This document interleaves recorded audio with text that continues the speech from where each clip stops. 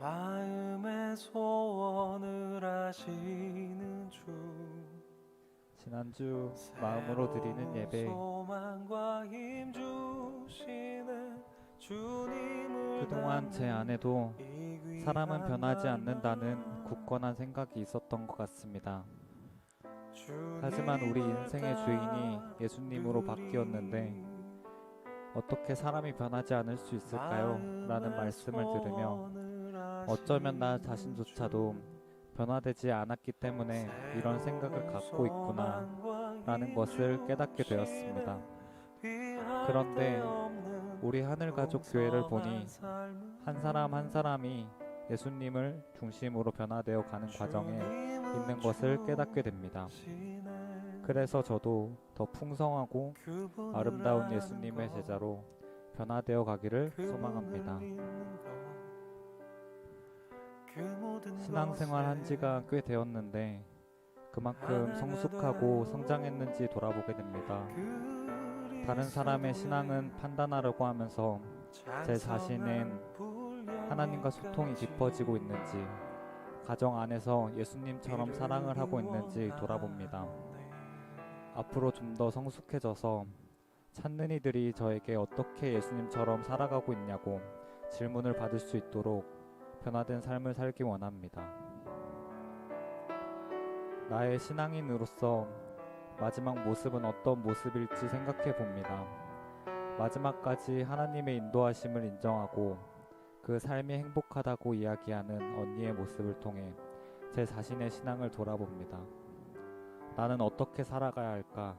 참된 그리스도인의 모습을 보며 진심으로 변화하고 노력해서 하나님 나라의 백성으로 풍성한 열매를 맺으며 살기를 원합니다. 이번 수련회를 통해 자기중심적으로 판단하며 살고 있었던 부분을 깨달았습니다. 이제 주인이신 주님께 제 삶의 주권을 돌려드리기 원합니다. 나와 타인의 연약함은 용납해주면서 변화해 나가길 원합니다.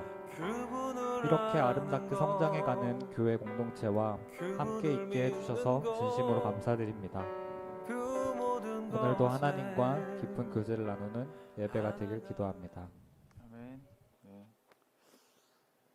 이렇게 화면을 띄워주고 같이 보시면 아마 더 감동이 있었을 거라고 생각이 드는데, 마음으로 드린 예배를 이렇게 저희가 강요하지 않잖아요, 그죠? 네, 그래서 되게 자발적으로 본인들이 하나님을 경험한 그 예배의 고백들을 이렇게 저는 매주 이렇게 받을 때마다 되게 감동이 됩니다. 네, 그래서 방금 들으시면서도 또 지난주 말씀을 통해서 자기를 어떻게 성찰하고 또 우리가 어떻게 살아가야 될지 하나님께서 말씀하신 것들을 같이 은혜를 같이 나눌 수 있었던 것 같아요. 벌써 2월이 됐어요. 네, 그래서 2023년이 시작한 것 같은데, 네, 세월이 가고 있는 거 느끼세요? 네. 나이를 한 살 더 먹으니까 더 빨리 가는 것 같은데. 저희가 2월부터는 그 성령의 열매라는 주제로 저희가 말씀을 나누려고 합니다. 그럼 몇 번을 할까요? 영화 형제 아직 네, 네, 빨리 돌아와. 우리 오늘부터 9번의 성령의 열매의 하나씩 그 주제들을 살펴보려고 하고, 요거는 우리 다음 세대 아이들 예배를 준비하면서 이번에는 사실은 다음 세대 아이들에게 이 주제가 좀 필요할 것 같다고 생각을 해서 저희가 작년에 비전 캠프 할 때 계획을 세웠던 거거든요. 근데 제가 말씀을 준비하다 보니까 이게 우리 어른들한테도 너무 중요한 메시지구나 라는 생각이 들었습니다. 열매가 가지는 굉장히 중요한 특징이 하나 있어요. 그게 뭐냐면 그 나무의 정체성을 결정해 준다는 겁니다. 지금 여러분이 이렇게 다니다 보시면 이제 겨울 나무는 어때요? 나뭇잎도 없고 열매도 없죠. 네. 그래서 이게 무슨 나무인지 딱 보면 바로 알아볼 수 있으세요? 네, 쉽지 않죠, 그죠? 네. 그런데 만약에 가을이 되어서 나무에 열매가 맺혀 있다면 그 나무를 구분하는 게 어떨까요? 네, 전문가가 아니어도 아마 아이들도 바로 알걸요? 네, 사과 열매가 맺혀 있으면 그 나무는 사과나무인지 바로 알 수 있죠. 감이 열려 있으면 감나무고, 거기 밤이 열려 있으면 밤나무고. 네. 지금 산에 가면 여러분이 구분을 못 하셔도 가을에 열매가 맺히면 너무 쉽게 이게 어떤 나무인지를 구분할 수 있습니다. 그 보세요. 여러분이 방금 열매 이름을 나무에다 갖다 그냥 붙이시기만 하면 그 나무가 되는 거잖아요. 사과나무, 감나무 이렇게 되는 것처럼 성경에서 좋은 사람은 좋은 나무는 좋은 열매로 알 거라고 예수님이 얘기하신 거 기억나세요? 네. 그게 아주 단순하고 어쩌면 명확한 진리입니다. 상식적으로. 그죠? 사과가 열려 있으면 사과나무예요. 사과가 열려 있는데 자기를 배나무라고 얘기하는 건 말이 안 되는 거죠. 네, 그게 이상하지 않잖아요. 그러면 우리가 우리 안에 예수님을 주님이라고 고백하는 거를 하고 나서 이제 우리 안에 성령님이 오신다고 하셨는데, 성령님이 우리 안에 있으면 어떤 열매가 나타날까요? 네, 이거 너무 쉽죠. 네. 성령의 열매가 나타나겠죠. 그러면 사람들이 그 사람을 보고 성령의 사람이라고 이야기를 하는 거죠. 너무 간단하지 않습니까? 우리가 어떻게 해야 구원받습니까? 어떤 게 뭐 크리스찬의 모습입니까? 이렇게 물어보는데 성경은 이미 그 답을 얘기해 줬어요. 그게 뭐냐면 열매다. 열매로서 그 사람을 알 수 있다. 그래서 만약 겨울같이 그 사람의 삶의 열매가 잘 안 보여요. 그러면 어떤 나무인지 알기 어려울 수도 있어요. 그런데 인생에서 열매가 안 맺힐 수는 없거든요. 결국 그 사람 안에 있는 열매가 삶에 맺히게 될 겁니다. 그런데 성령의 열매가 맺히면 그 사람은 성령의 사람이고, 성령의 열매가 안 맺히면 성령의 사람이 아닌 거예요. 엄청 간단하죠. 그러면 우리가 예수님을 주님으로 영접하면 구원받았다고 흔히 얘기하잖아요. 그러니까 예수님을 주님으로 영접했으면 예수님의 열매가 우리의 삶에 당연히 나타나야죠. 근데 예수님을 주님으로 말로만 영접했다면 그 사람의 삶의 열매가 안 맺히는 거예요. 마치 이런 거죠. 사과나무인데 거기다 배나무라고 명찰을 달아놨어요. 그러면 거기서 배가 맺히나요? 안 맺히죠. 사과나무인데 어떻게 배가 맺혀요? 그러니까 자기 안에 예수 그리스도가 없는데, 또는 우리 안에 성령이 없는데 성령의 열매를 억지로 맺을 수 있냐? 없어요. 근데 반대로 성령이 있는데 성령의 열매가 안 맺힐 수 있냐? 그럴 수도 없죠. 사과가 작을 수도 있고, 그죠? 좀 품질이 떨어질 수는 있지만 사과 나무면 사과가 맺히는 겁니다. 어떻게든. 네. 그런데도 열매를 못 맺는 나무는 이제 태우겠다고 얘기하신 게, 그 나무는요 죽은 거예요. 살아있는 사과 나무가 사과 열매가 안 맺힐 수는 없죠. 시간이 걸릴 수는 있어도. 이해되시죠? 그래서 우리가 어떤 열매가 우리의 삶에 맺히고 있는지, 또 우리 편에서는 어떤 열매를 맺으려고 우리가 애를 써야 하는지, 우리 지난주에 변화하는 삶에 대한 얘기를 했는데, 여러분의 삶의 변화의 방향은 어떤 열매를 맺는 방향으로 가야 될지에 대해서 이제 앞으로 우리 9주 동안 살펴보려고 합니다. 그 가장 중요한 열매는 우리 성령의 9가지 열매 아시죠? 그 중에 첫 번째가 뭐예요? 사랑입니다. 왜 그런지 아세요? 성경에서 하나님을 정의할 때 하나님은 사랑이라고 정의를 했어요. 여러분, 성경이 어려운 게 아니거든요. God is love예요. 근데 우리 안에 God이 있대요. 하나님이 있대요. 또 나는 하나님을 믿고 하나님을 왕으로 섬긴대요. 하나님을 따른대요. 그러면 하나님이라는 단어를 뭘로 바꿀 수 있어요? 사랑으로 바꿀 수 있어요. 하나님이 우리 안에 있다는 건 우리 안에 뭐가 있다는 거예요? 사랑이 있다는 거예요. 그러면 우리가 하나님을 따른다는 건 뭘 따른다는 거예요? 사랑을 따른다는 거예요. 그러니까 1세기 초대 교부 시절에 교회가 뭐냐 이렇게 물어보면 이 마을에서 가장 사랑을 잘하는 사람들, 사랑의 전문가들. 그러니까 교회 다니는 사람들만큼 사랑이 많은 사람들을 보셨습니까? 라고 물었을 때 전주시내 사람들이 다 그렇지, 교회 다니는 사람들만큼 사랑을 잘하는 사람 없지. 이게 동의가 되던 시절이 1세기 교회의 모습이었다는 거예요. 오늘날 교회의 모습과 많이 갭 차이가 느껴지시죠?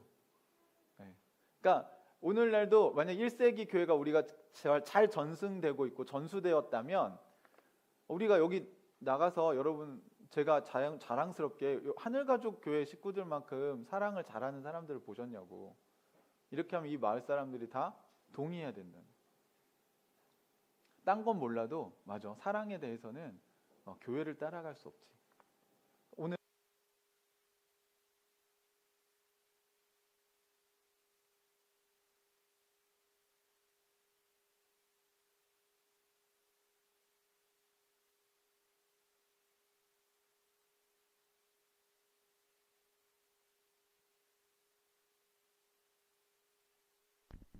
라이브의 묘미는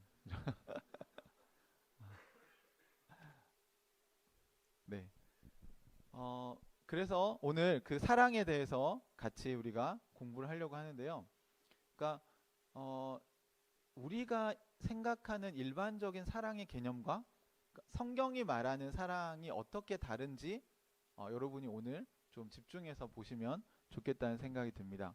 고린도전서 13장 1절부터 13절까지 말씀을 같이 보겠습니다. 신약성경 고린도전서 13장 1절부터 13절.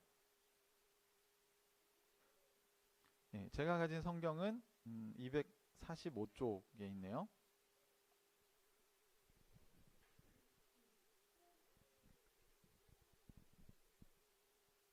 우리 온라인으로 예배 드리시는 분들도 같이 성경을 찾아서 교독해 주시면 좋겠습니다. 고린도전서 13장은 아주 유명한 성경입니다. 앞뒤 얘기를 살짝 하자면 12장과 14장에는 은사에 관한 이야기를 했습니다. 그리고 나서 12장 마지막에 그러나 여러분은 더 큰 은사를 열심히 구하십시오 하면서 이제 내가 가장 좋은 길을 여러분에게 보여드리겠습니다 라고 얘기하는데, 그 말은 가장 좋은 은사가 무엇인지 이야기하겠다는 걸 하는 거죠. 그러니까 은사에 대해서 어떻게 활용해야 되는지 얘기하고 그 다음에 이 얘기를 하고 있는 겁니다. 다 찾으셨죠? 그러면 저랑 같이 교독하도록 하겠습니다. 13장 1절 읽겠습니다. 내가 사람의 모든 말과 천사의 말을 할 수 있을지라도 내게 사랑이 없으면 울리는 징이나 요란한 꽹과리가 될 뿐입니다.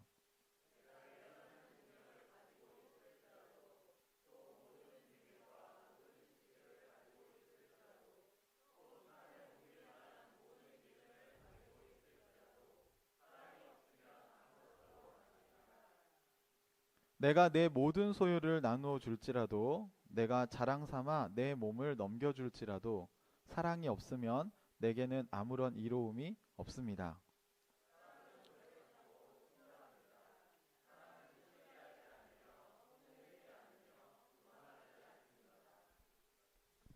사랑은 무례하지 않으며 자기의 이익을 구하지 않으며 성을 내지 않으며 원한을 품지 않습니다.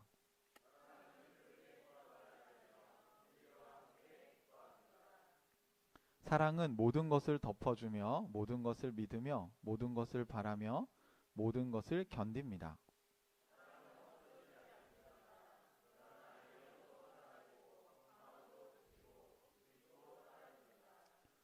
우리는 부분적으로 알고 부분적으로 예언합니다.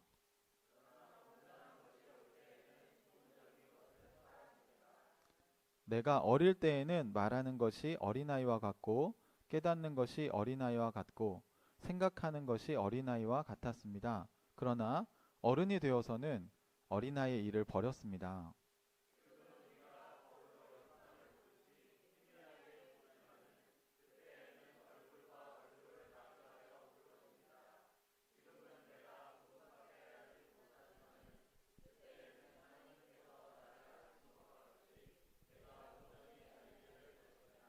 네, 같이 읽겠습니다. 그러므로 믿음, 소망, 사랑 이 세 가지는 항상 있을 것인데 그 가운데서 으뜸은 사랑입니다. 아멘. 네. 제가 옛날에 교회 다닐 때는 이 찬양 있었어요. 그죠? 사랑은 언제나 오래 참고. 네.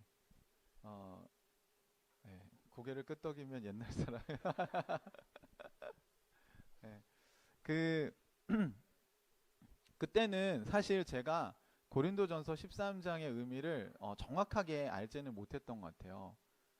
이런 게 사랑이구나 이렇게 생각만 했던 것 같은데 말씀을 점점 알아가고 성경을 연구하면서 세상에서 생각하는 사랑의 개념과 성경에서 말하는 사랑의 개념이 좀 다르구나. 그러니까 비슷한 것도 있는데 구별되는 것도 있죠. 그래서 우리가 그냥 서로 사랑하자, 하나님이 우리를 사랑하신 것처럼 사랑하자 이렇게 얘기하면 사랑이라는 개념이 제각각 있는 거예요. 네. 각자 사랑에 대한 게 자기 스타일대로 사랑을 하거든요. 그렇죠? 그러다 보니까 이게 가끔 혼동되는 경우가 있는 것 같아요. 그래서 여러분 기회가 되시면 사랑에 대해서 성경에서 얘기하는 것들을 한번 잘 곰곰이 어떤 사랑을 성경에서는 사랑이라고 얘기하는지 좀 생각해 보실 필요가 있는 것 같습니다. 예, 오늘 이렇게 커플을 앞에다 두고 하니까 무슨 주례하는 느낌이 드네요. 예, 사랑에 대해 설교하려고 하니까. 예.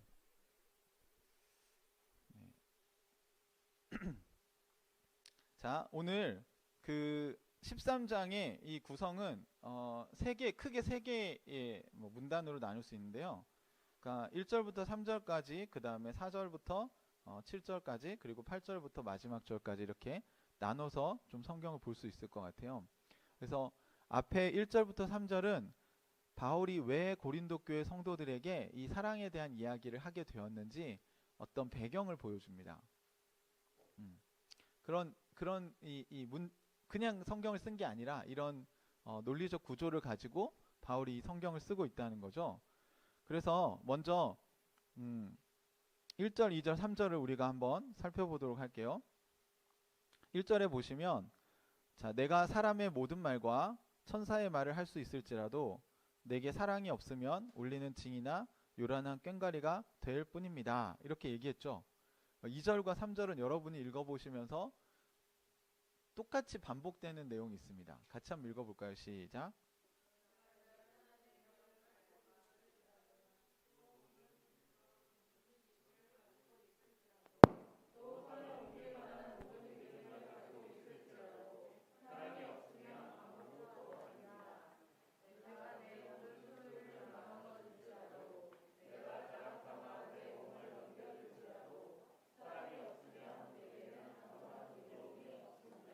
네, 이 13장 우리가 방금 읽은 앞에 1절, 2절, 3절에 똑같이 반복되는 내용이 있습니다. 뭐죠?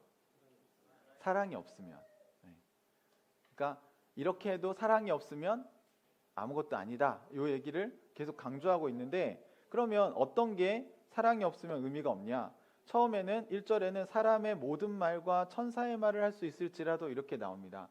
그러니까 사람들 흔히 천사의 방언이라고 생각을 이제 하는데 사실은 유대인들은요, 천사들이 하나님의 메신저잖아요. 그러니까 전 세계 말을 다 할 수 있다고 생각을 했어요. 그러니까 왜냐하면 하나님의 메시지를 전 세계 사람들에게 전해야 되는데, 그러니까 천사의 방언이 못 알아듣는 외계어를 하는 게 아니라 전 세계 나라의 말을 할 수 있는 거라고 생각을 했습니다. 그래서 여러분이 사도행전에 보시면 성령이 강림하는 사건이 있잖아요. 성령이 오셨을 때 각 나라의 방언으로, 각 도시의 방언으로 그들이 이야기를 해서 밖에 있던 사람들이 듣고 알아들었죠. 방언을 누가 통역해 준 게 아니에요.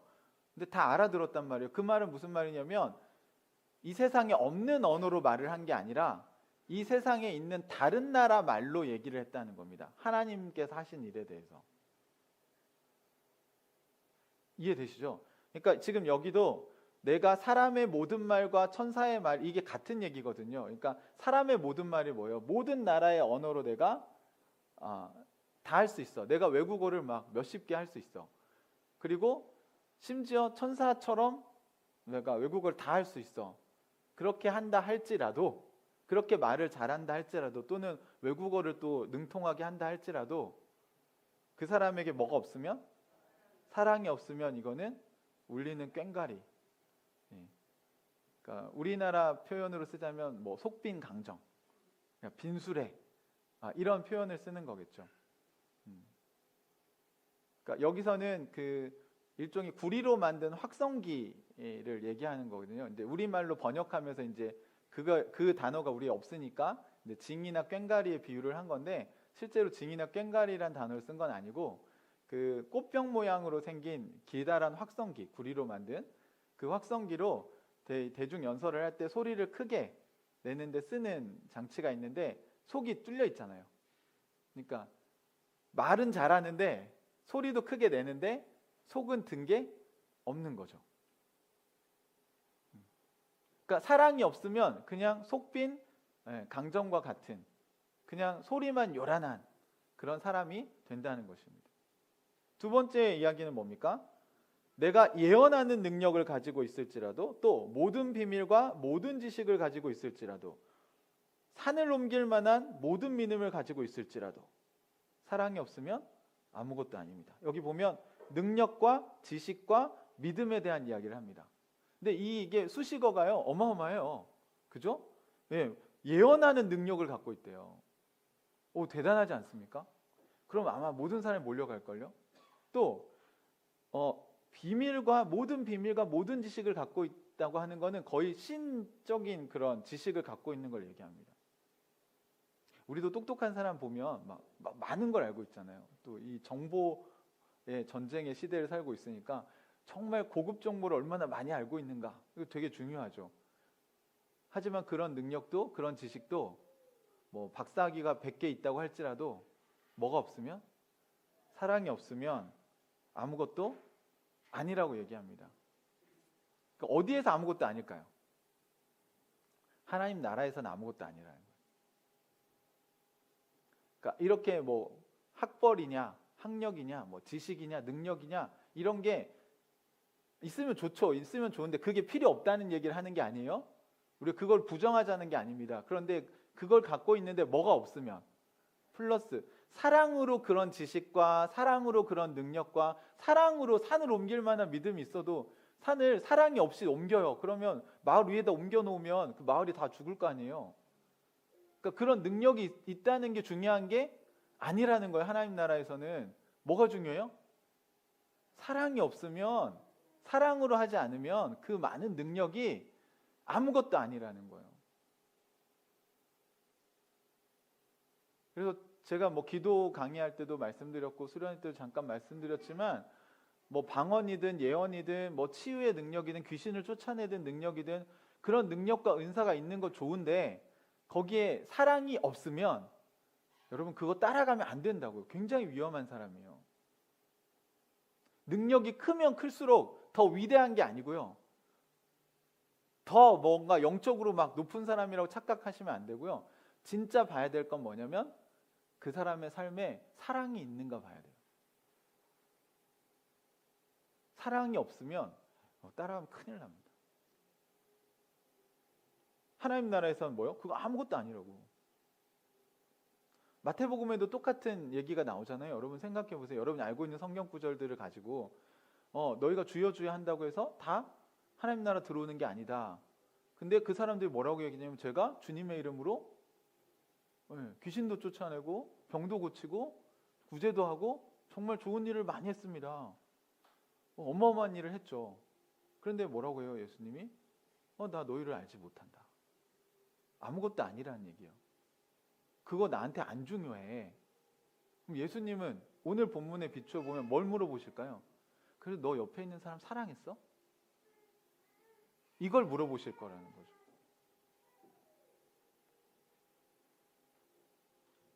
여러분이 교회 활동을 열심히 하고 신앙생활 열심히 할 때 하나님 물어보실 거예요. 그래서 너희 가족은 지금 너에게 사랑을 받고 있니?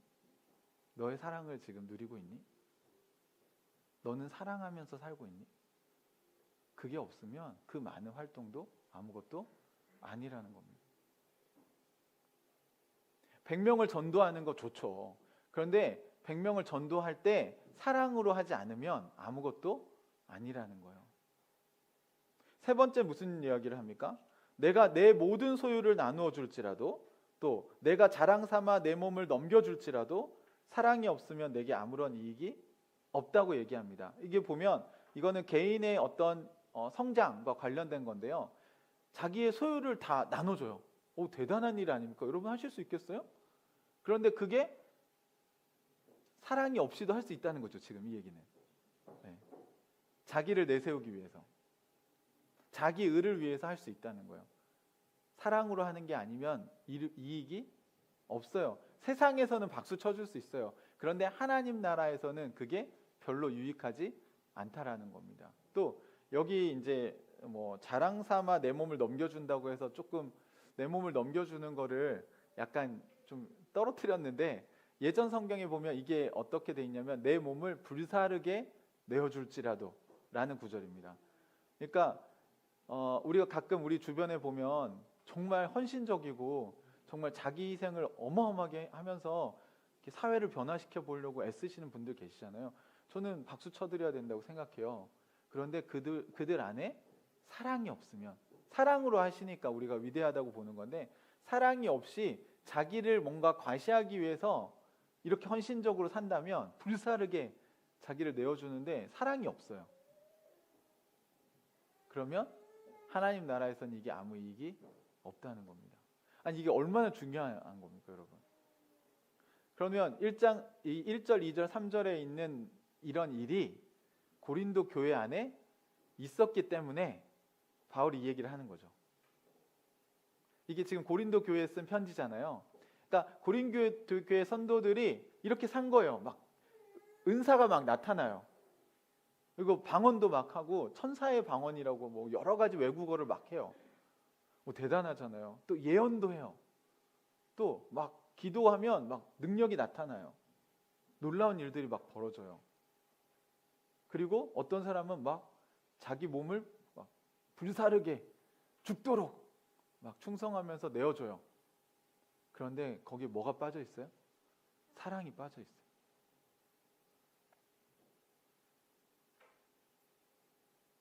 저는 오늘날도 크리스천들이 가장 중요한 걸 놓칠 수 있겠다는 생각이 들었어요. 우리가 사실은 집에서도 남편들이, 아빠들이, 가장들이 열심히 돈 벌면 된다고 생각하잖아요. 그죠? 근데 진짜 돈 버는 게 중요한가요? 돈을 왜 벌죠? 우리 가족을 사랑하니까 하는 거잖아요. 그러니까 먹여 살린다는 건 사랑하기 때문에 하는 거죠. 그죠? 네. 근데 시간이 지나면 주객이 전도돼서 나 이거 하고 있기 때문에 집에 오면 나는 대우를 받아야 돼. 또는 그냥 쉬어야 돼. 이렇게 얘기한다면 가족들이 사랑을 느낄 수 있을까요?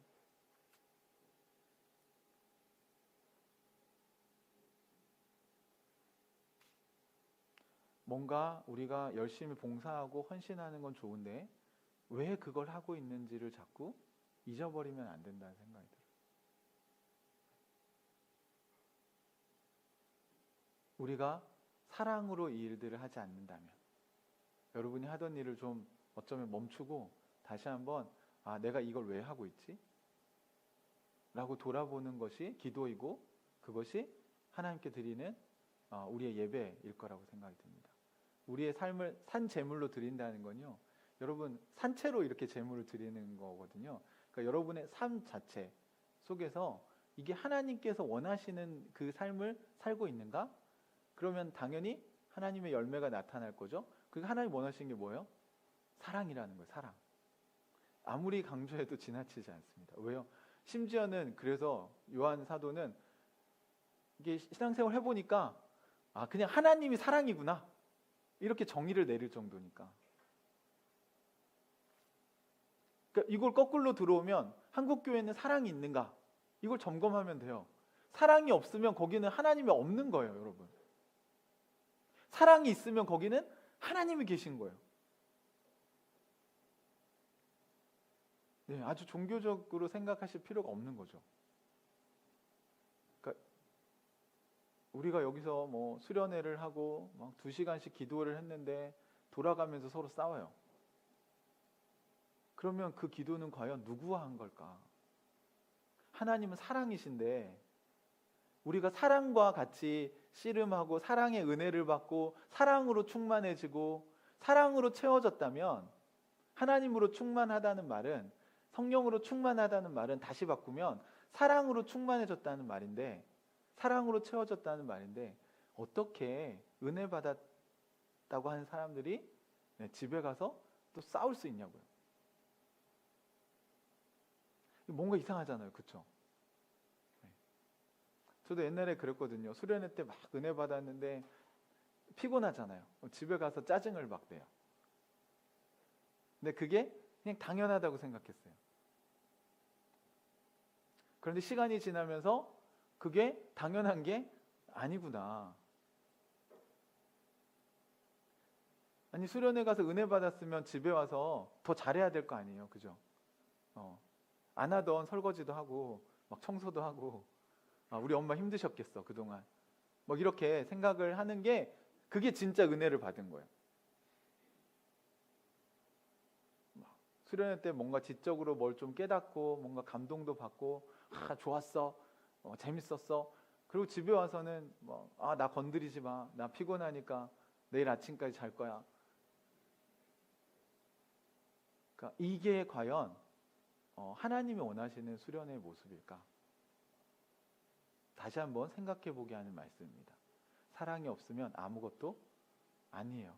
바울은 그 얘기를 하고 싶은 거예요. 그러면서 바울이 사랑이 무엇인지 이제 설명하기 시작합니다. 사랑이 없으면 아무것도 아닙니다 라고 얘기했으면, 이제 그러면 사랑은 뭔데요? 이렇게 물어봐야 되잖아요. 그럼 사랑이 뭔지 알려드릴게요 하고 얘기하는 게 이제 그 유명한 4절부터 7절까지에 있는 말씀입니다. 너무 좋은 말씀이니까 사랑이 뭔지 같이 한번 읽어볼까요? 읽으시면서 여기 어떤 특징이 있는지 또 한번 생각해 보시고 찾아보시면 좋을 것 같아요. 같이 4절부터 7절까지 천천히 읽어봅시다. 시작.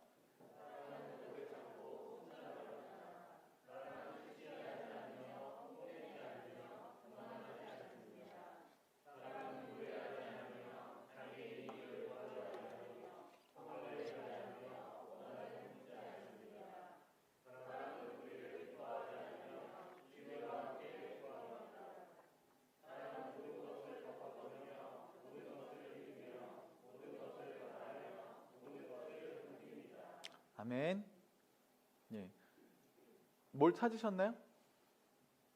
뭐 별다른 게 없습니까? 네, 이제 보물찾기를 하는 거죠. 일단 눈에 뭐가 보이세요? 반복되는 말? 네, 않으며가 보이세요? 영어 성경에 not이 계속 들어가거든요.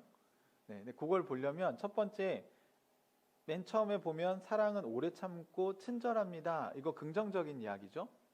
그런데 그 뒤에 사랑은 시기하지 않으며 시작하더니 그 다음부터 않으며 이렇게 막 나옵니다. 그죠? 부정적인 얘기를 하다가 6절에 사랑은 불의를 기뻐하지 않으며까지 얘기하고 나서 그 다음에 진리와 함께 기뻐합니다 라고 긍정적인 이야기를 다시 합니다. 그러니까 앞뒤로 긍정적인 얘기를 하고 마지막에 진리와 함께 기뻐합니다 하면서 사랑은 모든 것을 덮어주며 믿으며 바라며 견딘다고 이렇게 끝맺고 있죠. 그러니까 긍정적인 이야기 두 가지 안에 부정적인 얘기가 들어있는 것처럼 구조가 짜져 있습니다. 그런데 여러분이 이제 이 성경을 제대로 이해하는 걸 제가 좀 도와드리면, 여기에 사랑은 시기하지 않으며, 우리 몇 절입니까? 4절에 사랑은 시기하지 않으며 하고 그 뒤에 사실 문장이 끝났어요, 영어로는. 그래서 여기에 세미콜론이 들어가 있습니다. 그 뒤에는 부연 설명이에요. 무슨 얘기냐면 시기하지 않습니다 이렇게 얘기한 다음에 시기하지 않는 게 뭔지 보충 설명한 게 그 뒤에 뽐내지 않고 교만하지 않다라는 얘기입니다. 마찬가지로 5절에 사랑은 무례하지 않습니다 라고 끝났어요, 문장이. 그리고 무례하지 않는 게 어떤 건지를 그 뒤에 자기 이익을 구하지 않고 성을 내지 않고 원한을 품지 않는 겁니다 라고 얘기를 한 겁니다. 그 다음에 사랑은 불의를 기뻐하지 않으며 진리와 함께 기뻐합니다. 이 문장은 영어 시간 같죠? 나데이 법비, A가 아니라 B다라고 해서 강조한 표현입니다.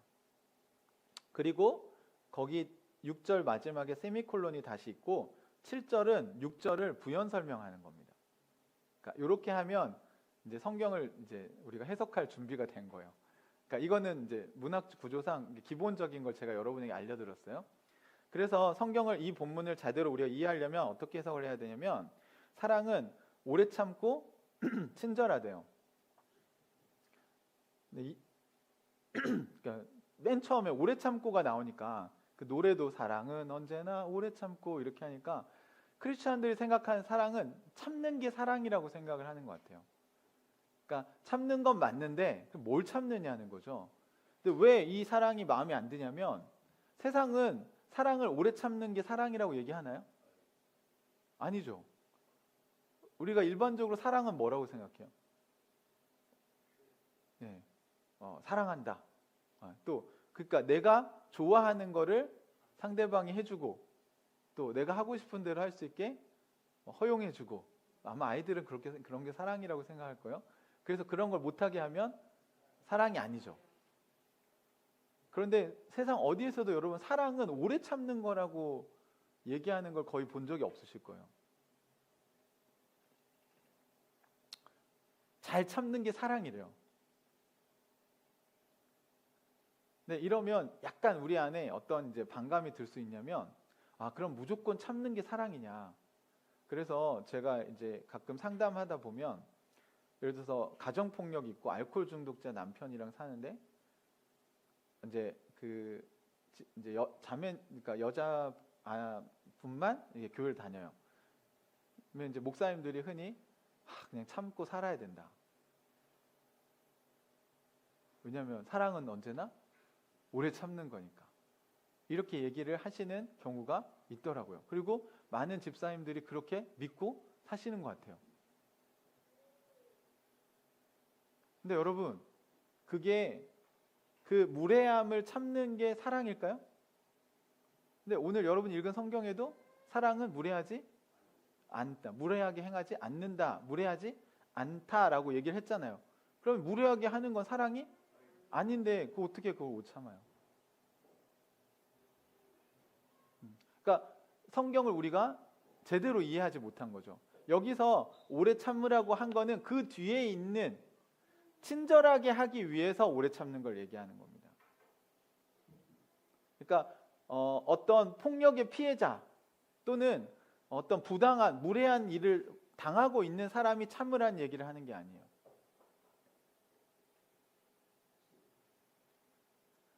친절하게 우리가 우리가 사랑을 할 때 다른 사람을 친절하게 대하기 위해서 우리가 참아야 될 게 있는 거죠.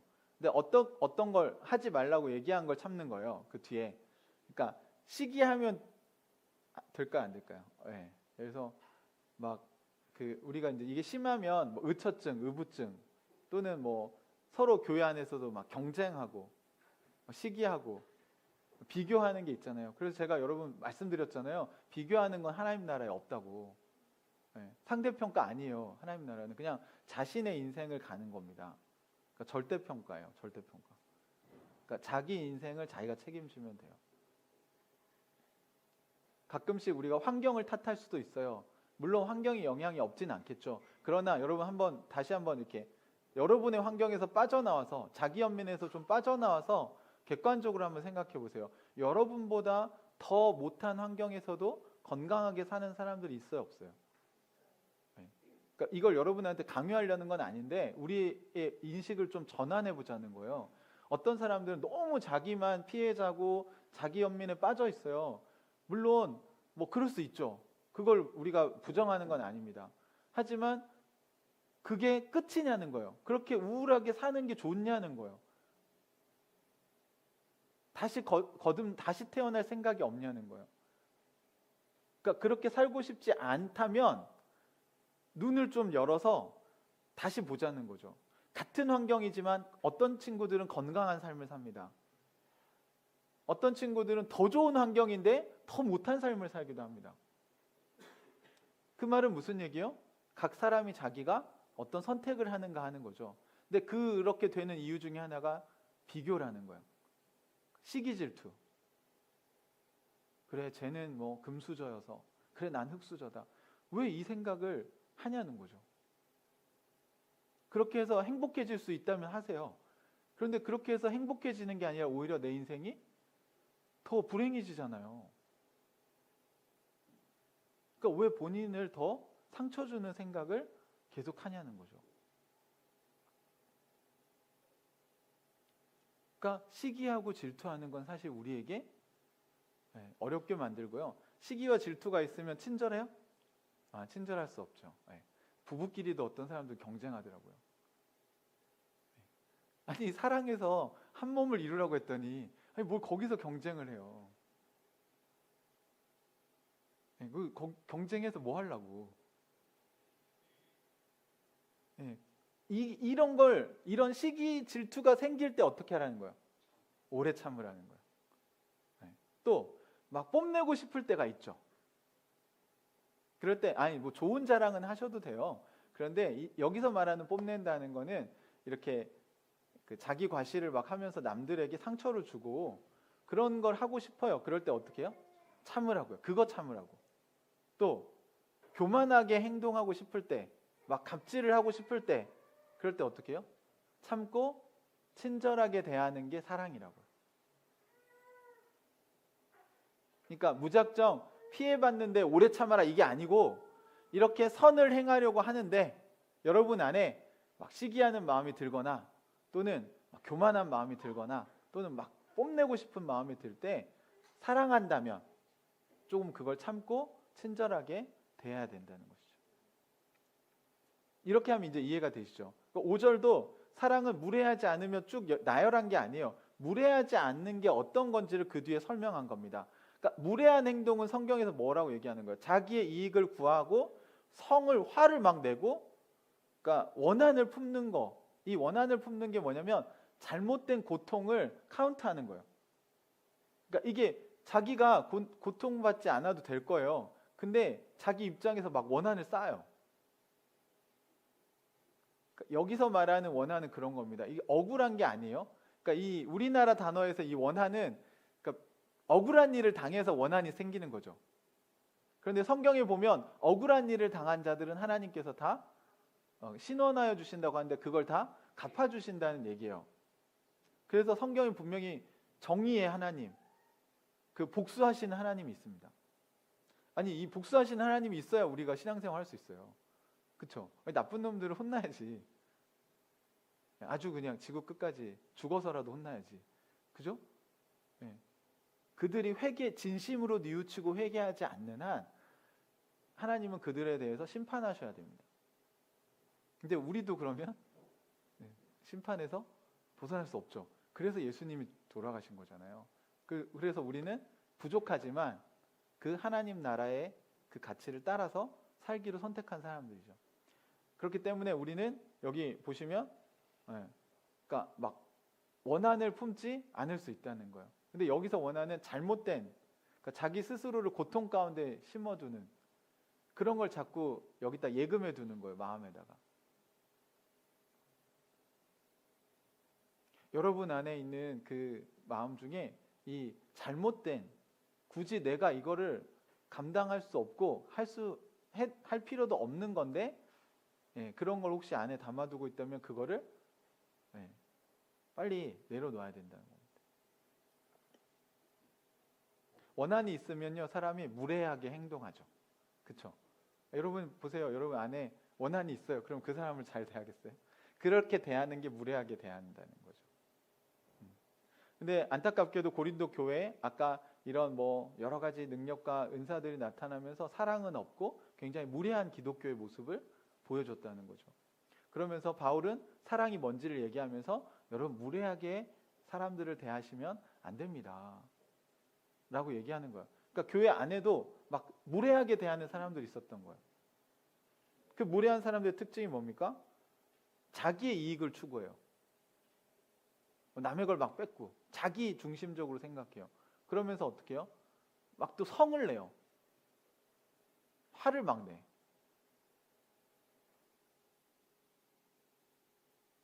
이게 무례한 겁니다. 이건 사랑이 아니에요, 여러분. 그러니까 여러분이 가정에서나 또는 여러분의 직장에서나 여러분이 어떤 행동을 할 때 잘 생각해 봐야 돼요. 우리가 불필요한 화를 낸다거나 불필요한 원한을 갖고 있다거나 우리가 우리 자신의 이익만 추구하면서 사는 건 아닌가.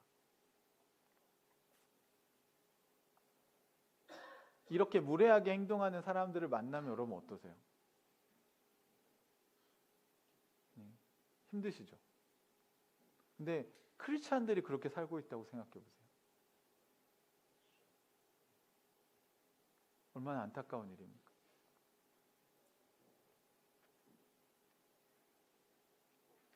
우리 안에 이렇게 막 불필요하게 화를 내려고 성을 막 내고 싶을 때, 또는 우리 안에 그 원한이 막 생겨날 때, 그럴 때 오래 참으라는 거예요. 그런 걸 참으라는 겁니다. 그런 거. 부당한 대우를 참으라는 게 아니고, 여러분이 우리가 사랑을 할 때 우리가 무례하게 행하지 않는 게 크리스천들에게 중요하다는 얘기를 바울이 하고 있는 거예요. 고린도 교회는 지금 공동체가 되려면 이게 필요하다는 겁니다. 무례히 행하지 않는 것. 그러면서 사랑은 불의를 기뻐하지 않고 진리와 함께 기뻐합니다 라고 얘기하는데, 오늘 사실 제가 부제를 사랑 with the truth, 여기 이게 rejoice with the truth가 여기 나오는 말인데요. 기뻐합니다. 뭐와 함께? 진리와 함께. 그냥 기뻐하는 게 아니에요. 진리와 함께 기뻐하는 것이 사랑이라고 얘기합니다.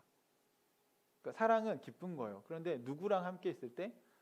진리와 함께 있을 때 기뻐하는 겁니다. 그러니까 이걸 다른 표현으로 하면 예수님의 관점에서 볼 때 기쁜 거예요.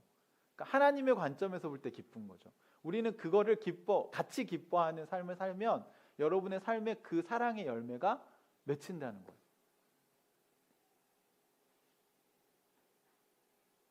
그래서 7절도 6절과 연결해서 여러분 이해하셔야 되는데, 진리와 함께 기뻐하기 위해서 거기에 관련된 것들을, 모든 것을 덮어주고 모든 것을 믿어주고 모든 것을 바라고 모든 것을 견디는 거지, 그냥 무조건 견디고 무조건 참고 무조건 인내하고 이걸 얘기한 게 아니에요.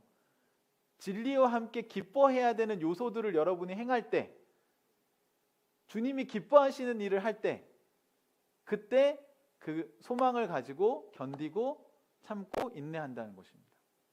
거기에 관련된 모든 것을 참는다는 거예요. 이해되십니까? 그냥 이게 7절만 사랑은 모든 것을 덮어주며, 그러니까 비리도 다 덮어주고 잘못된 것도 덮어주고 나한테 피해준 것도 다 덮어주고 라고 해석하시면 완전 잘못된 해석. 그게 진리와 함께 기뻐하는 거랑 무슨 상관이 있겠습니까? 비리는 오히려 고발을 해야죠. 그게 고쳐져야 그 회사가 나아지지 않겠어요? 그 부정부패가 계속 있다면 거기에 대해서 우리가 지혜롭게 대처를 해서 그 문제가 조금이라도 개선될 수 있게 하는 게 사랑이죠. 오히려 그게 진리와 함께 기뻐하는 일입니다. 여러분, 우리의 사랑은요, 진리와 함께하는 사랑이어야 됩니다.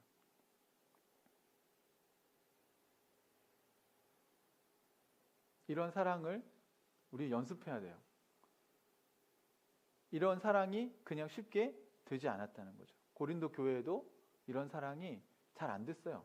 성도들이 서로 사랑하려고 하면 자기 거 먼저 챙기고, 어떤 사람들은 되게 막 쉽게 교인들한테 화를 내고, 또 어떤 사람들은 원한을 품기도 하고. 그래서 저희가 우스갯소리로 교회 안에 돌아다니는 위험한 귀신 중에 하나가 섭섭귀신이라고. 아이고 섭섭해, 아이고 섭섭해, 서운해, 서운해. 그러니까 여러분, 이게 굉장히 무서운 겁니다. 공동체를 망가뜨려요. 그러니까 원한을 품는다는 그런 거예요. 오해해가지고 사실 진심은 그것도 아닌데 본인 입장에서 잘못 오해해서 자꾸 섭섭하다, 서운하다. 아니, 그러면 가서 진실한 공동체가 되려면 얘기를 해야죠. 화를 내지 말고, 넘겨짚지 말고, 왜 이렇게 행동을 했냐. 사실은 배가 아파서 막 이렇게 인상 쓰고 있었는데 왜 나를 보고 이렇게 인상을 썼냐고. 이런 게 잘못된 고통을 자기 안에 그러니까 예금하는 거예요. 아니, 상대방은 전혀 그런 의도가 없는데, 그리고 그런 의도가 없었다고 얘기를 해도 본인이 자꾸 아니야, 내가 다 알아, 내가 얼마나 눈치가 빠른 줄 알아. 막 이러면서 다 안 돼요. 어떻게 알아요? 사람의 마음을. 그 사람이 설사 거짓을 말하더라도 일단 믿어줘야죠. 서로에 대한 신뢰가 없으면 어떻게 진실한 공동체 하겠습니까? 근데 만약에 그게 거짓이라면 언젠가 드러나겠죠. 그럼 그때 또 얘기를 하면 됩니다. 근데 계속 의심하고 막 섭섭해. 뭐 저때 저런 행동을 한 거는 다 이런 의도가 있었을 거야. 그럼 어떻게 살아요, 여러분? 그러니까 우리가 사랑하며 살아야 되는데. 그래서 주님께 물어보세요. 주님께서 진리와 함께 기뻐한다는 건 주님께서 여러분에게 괜찮다고 얘기하시면 여러분도 그거를 그렇게 받아들이셔야죠. 또 주님이 용서하라고 하시면 여러분이 용서하고 떠나보내는 게 여러분이 행복해지고 그 문제로부터, 그 관계로부터 자유해질 수 있는 방법입니다.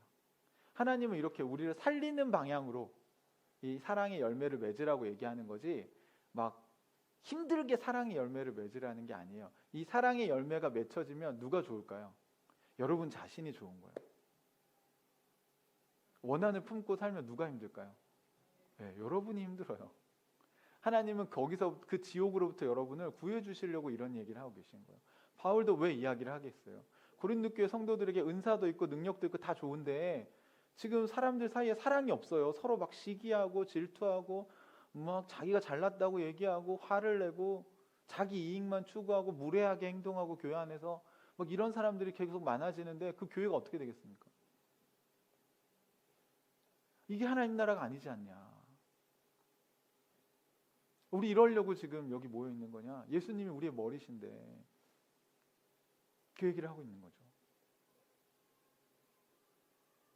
여러분, 이런 사랑을 하기 위해서 우리가 오래 참고 친절하게 대하는 것입니다. 또 이렇게 진리와 함께 기뻐하는 기쁜 삶을 살기 위해서 모든 것을 견디고 모든 것을 덮어주기도 하고 모든 것을 바라보고 모든 것을 견디는 것입니다. 그것과 관련된 것들을. 네. 오늘 본문에 또 유명한 구절이 맨 마지막에 있죠. 13절. 그러므로 믿음, 소망, 사랑 이 세 가지는 항상 있을 것인데 그 가운데서 으뜸은 사랑이라고 얘기합니다. 저는 믿음, 소망, 사랑 중에 그러니까 이게 경쟁하면 사랑이 제일 으뜸이어서 이렇게 얘기한 줄 알았어요. 그러니까 사랑이 1번이야. 제일 센 거야. 이렇게 생각했는데 보니까 8절부터 13절까지가 이 얘기를 하기 위해서 쓰여진 거죠. 왜냐하면 그러므로 얘기했으니까 8절부터 12절까지 한 얘기를 쭉 한 다음에 그러므로 사랑이 가장 으뜸이다 이렇게 얘기를 한 겁니다. 그러면 8절에 보시면 같이 한번 읽어볼래요? 시작.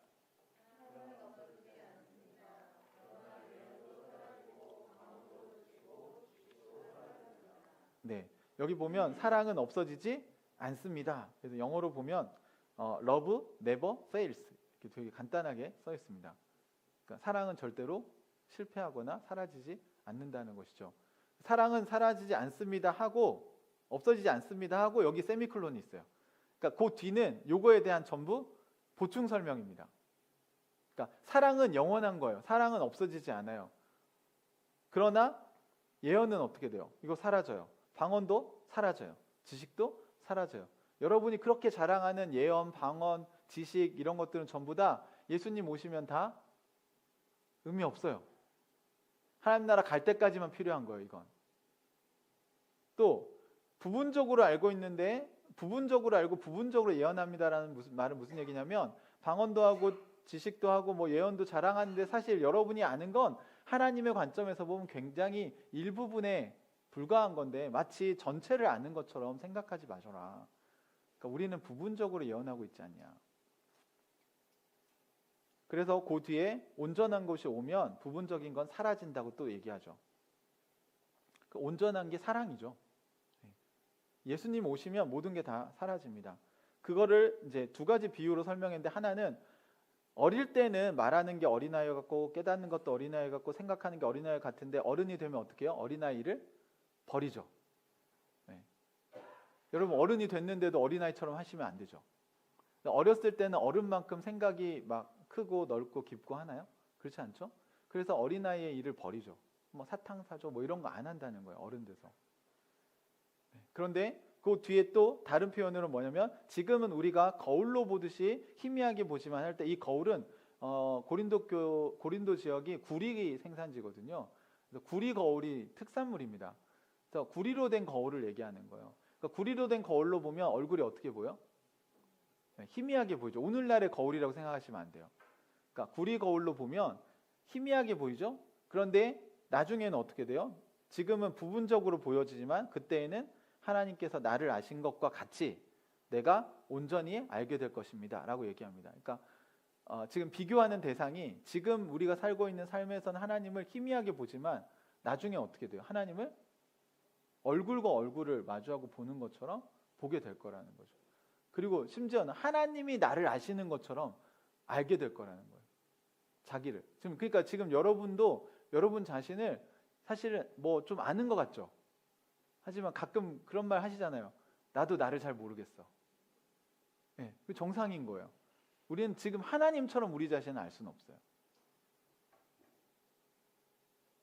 그 겸손해야 됩니다.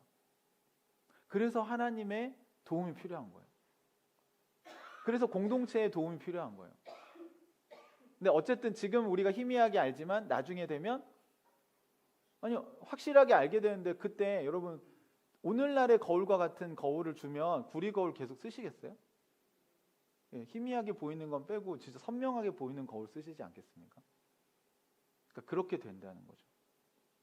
그런 것처럼 여러분이 그 자랑하는 그 능력들, 뭐 학력, 뭐 외모, 여러분이 뭐 자랑할 것들이 있으십니까? 그런 것들 전부 다 주님이 오시면 다 사라져요. 의미가 없어져요. 네. 방언도 다 없어요. 필요 없어요. 하나님 나라 가서 무슨 방언을 합니까? 다 방언할 텐데. 하나님과 다 소통이 막 잘 되는데. 기도도 그때 안 해도 돼요. 기도하려고 애쓸 필요도 없어요. 하나님을 이렇게 사람과 사람을 대하듯이 우리가 대화할 거기 때문에 지금 우리에게 믿음도 필요하죠. 소망도 필요하죠. 그런데 하나님 나라가 이루어지면 믿음은 지금처럼 이렇게 막 열심히 믿을 필요가 없어요. 왜냐하면 안 믿어도 그냥 다 이렇게 다 보이기 때문에. 하나님 나라를 막 소망하면서 지금 살지만 이제 하나님 나라가 완성되면 그 소망도 없어져요. 소망하며 살 이유가 없죠. 다 완성됐는데. 하지만 거기에는 뭐가 있어요? 사랑은 계속 있어요.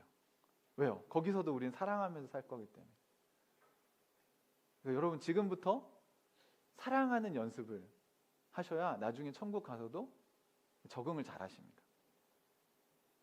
사랑을 연습하지 않는 사람은 되게 적응하기가 어려울 거예요.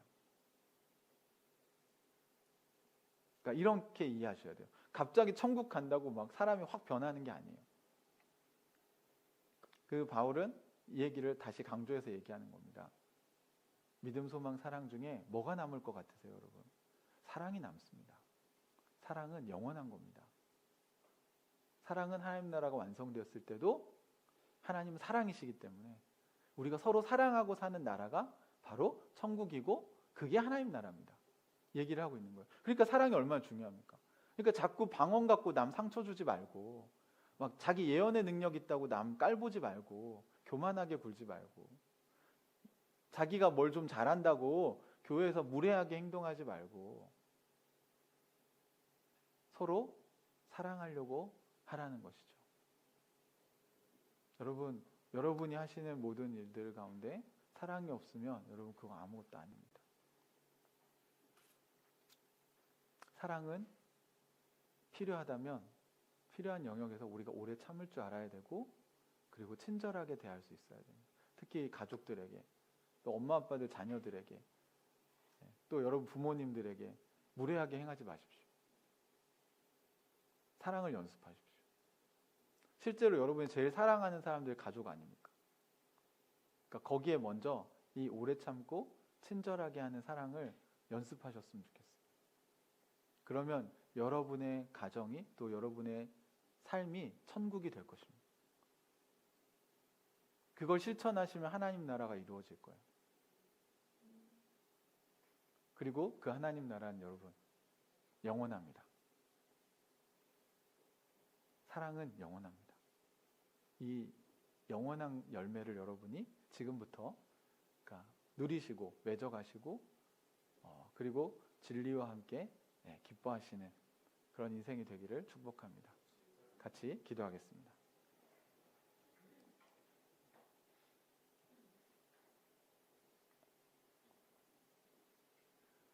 혹시 우리가 요즘에 뭐 우리 아이들 또는 부모님 또는 우리 옆에 있는 사람들에게 무례하게 행하지 않았는가? 내가 뭘 좀 한다고 해서, 내가 돈을 벌어온다고 해서, 또는 내가 집안일을 한다고 해서, 또는 내가 뭐 많은 일을 한다고 해서 우리가 서로에게 사랑으로 대하는 게 아니라 어쩌면 무례하게 대하진 않았는지, 이 시간 좀 하나님 안에서 우리 자신을 좀 돌아보고요. 우리 아이들에게도 똑같은 메시지를 오늘 전했습니다. 그러니까 서로 사랑하려고 할 때 천국이 되는 거지, 네가 더 사랑해라 이렇게 요구하면 그곳은 지옥이 됩니다. 오늘 우리가 하고 있는 사랑은 어떤 것인지 우리 이 시간 같이 기도하면서 하나님께서 여러분에게 보여주시는 진리와 함께 여러분 자신을 들여다보는 기도를 함께 하시고, 만약 도움이 필요하다면 하나님 저를 좀 도와주십시오. 하나님 저가 이런 사랑을 할 수 있게 도와주십시오. 제가 성을 좀 참을 수 있게 도와주십시오. 여러분에게 필요한 것들을, 이 사랑을 행하는 데 필요한 것들을 주님께 구하시는 기도를 드렸으면 좋겠습니다. 같이 기도하겠습니다. 하나님, 우리가 성령의 열매를 맺으며 살아가야 되는데, 하나님 오늘 아침에 이 사랑의 열매에 대해서 같이 이야기했습니다. 사실 이 일이 쉽지 않습니다. 사실 우리 안에는 하나님 사랑이 부족합니다. 또 육신의 한계가 있어서 짜증도 나고, 또 오래 참으라고 주님 얘기하시는 이 사랑을 하기가 저에겐 녹록지 않습니다. 그런데 주님께서 도와주시면 우리가 이 일을 할 수 있습니다. 하나님, 제 안에 하나님 자꾸 내 관점이 아니라 하나님의 관점에서 은유를 바라보고 또 우리 성도들을 바라볼 수 있게 도와주시고, 제 자신을 들여다볼 수 있게 도와주시고, 하나님 지치고 또 힘들 때 주님이 쉬라고 할 때는 쉴 수 있는 믿음을 주시고, 또 주님이 일하라고 할 때는 일할 수 있는 용기와 담대함을 허락하여 주시옵소서. 오늘 하나님께서 우리에게 주신 이 사랑의 귀한 열매를 우리 가정에서 또 우리 직장에서 어떻게 맺어가야 할지 저에게 지혜를 주시고, 하나님 그것을 분별하면서 우리가 나아갈 수 있게 도와주십시오. 진리와 함께 기뻐하는 그런 인생이 되도록 주님 우리를 축복하여 주시옵소서. 오 주님, 이런 사랑을 우리가 소망합니다. 이런 사랑을 우리가 누리며 살 수 있도록 도와주시옵소서. 좀 더 채우기 위해 떠났던 이 길을 이젠 그저 살기 위해 돌아가. 여러분 안에 혹시 어린아이와 같은 모습이 아직 남아있다면 이 시간 하나님 앞에 이걸 우리 어린아이와 같은 제 이런 모습은 좀 하나님 버리기를 원합니다. 주님 도와주십시오. 그리고 이제 성숙한 진짜 어른다운 어른이 될 수 있게 도와주십시오. 그래서 우리의 가정과 우리 교회가 이런 사랑으로 채워져 가는 그런 공동체 되도록 기도해 주셨으면 좋겠습니다. 우리 자신과 또 가정, 교회를 위해서 이런 사랑의 공동체가 되도록 어린아이를 버리고 더 성숙해가는 그런 삶이 되도록 우리 같이 기도했으면 좋겠습니다. 같이 기도합시다. 하나님, 제 안에 이렇게 어린아이와 같은 모습들을 이 시간 내려놓고, 하나님 그 어린아이와 같은 모습이 무엇인지 주님께서 깨닫게 해주시고, 하나님께서 주신 진리를 비추어 제 자신을 들여다보고, 하나님 좀 더 어른스럽게, 하나님 좀 더 제가 이 결단을 하고 문제들을 정리하고 다시 질서를 잡을 수 있도록 도와주시옵소서. 하나님께서 주시는 은혜를 잘 기억하고 나갈 수 있도록 도와주시옵소서. 하나님, 우리 사랑하는 형제자매들의 삶에 주님의 은혜가 있게 하여 주시옵소서.